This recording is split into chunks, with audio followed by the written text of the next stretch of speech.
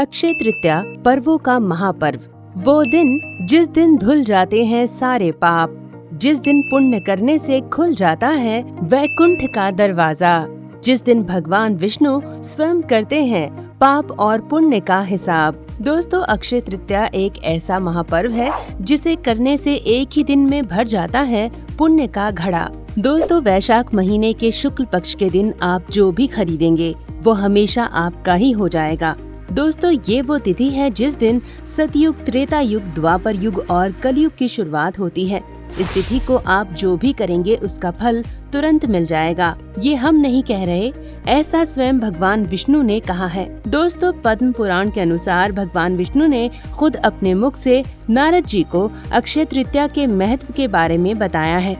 उन्होंने कहा है कि अक्षय तृतीया के अवसर पर जो भी व्यक्ति जैसा कार्य करता है उसे वैसा ही फल मिलता है, वो फल अक्षय रहता है। इसलिए इस दिन कोई भी बुरा कार्य करने से बचना चाहिए। भविष्य पुराण के अनुसार सतयुग, त्रेता और कलयुग का आरंभ अक्षय तृतीया तिथि को हुआ और द्वापर युग की समाप्ति भी इसी तिथि को हुई थी। ऐसी मान्यता है कि इसी दिन भगवान परशुराम और नर नारायण के रूप में भगवान विष्णु ने अवतार लिया था। पूरे देश में अक्षय तृतीया के दिन भगवान परशुराम की जयंती धूमधाम से मनाई जाती है। ऐसी मान्यता है कि अक्षय तृतीया के दिन ही माँ गंगा का पृथ्वी पर अवतरण हुआ था। पुराणों के अनुसार राजा भगीरथ ने माँ गंगा को पृथ्वी पर लाने के लिए कठोर तप किया था।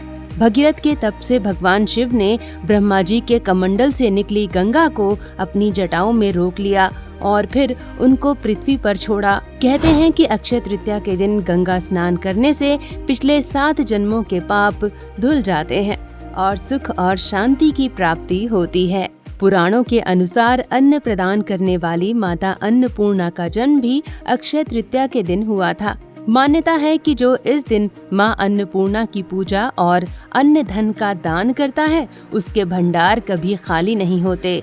पौराणिक कथाओं के अनुसार अक्षय तृतीया के शुभ दिन पर ही युधिष्ठिर को अक्षय पात्र की प्राप्ति हुई थी। इसकी महत्ता ये है कि ये पात्र कभी खाली नहीं होता। इसी वजह से देश के कई इलाकों में अक्षय तृतीया के दिन से ही किसान नई फसल के लिए खेत जोतना शुरू करते हैं। महाभारत को पंचम वेद कहा गया है। ऐसी मान्यता है कि महर्षि वेद व्यास ने अक्षय तृतीया के दिन ही महाभारत लिखना शुरू किया था। महाभारत में ही श्रीमद् भागवत गीता समाहित है। माना जाता है कि इस दिन जो गीता के 18वें अध्याय का पाठ करता है उसे जीवन में कभी दुख और दरिद्रता नहीं भोगना पड़ता। ऐसा भी माना जाता है कि इसी दिन महाभारत का युद्ध भी खत्म हुआ था। इसके अलावा ये भी कहा जाता है कि द्रौपदी को चीरहरण से कृष्ण ने आज ही के दिन बचाया था। कृष्ण और सुदामा का मिलन भी अक्षय तृतीया पर ही हुआ था। अक्षय तृतीया को ही ब्रह्मा जी के पुत्र अक्षय कुमार का अवतरण हुआ था। इसी दिन कुबेर को खजाना मिला था। इसके अलावा हर साल इसी दिन 4 धामों में एक बद्रीनाथ मंदिर के कपाट खुलते हैं। वृंदावन के बांके बिहारी मंदिर में श्री विग्रह के चरण दर्शन भी केवल अक्षय तृतीया के दिन होते हैं। उसके बाद साल भर उनके चरण वस्त्रों से ढके रहते हैं। शुभ कार्यों को करने का दिन। अक्षय तृतीया के दिन विवाह, गृह प्रवेश, कपड़े, सोने चांदी और गहनों की खरीदारी, वाहन, जमीन, फ्लैट, दुकान की खरीदारी जैसे शुभ कार्य किए जाते हैं।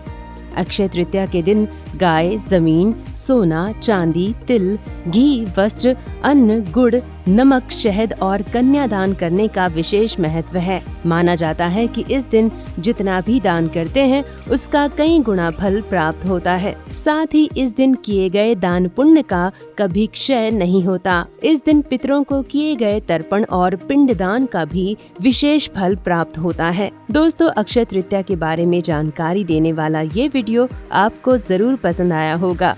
इसे लाइक और शेयर करें और हमारे चैनल द कर्मा को सब्सक्राइब करना ना भूलें। धन्यवाद।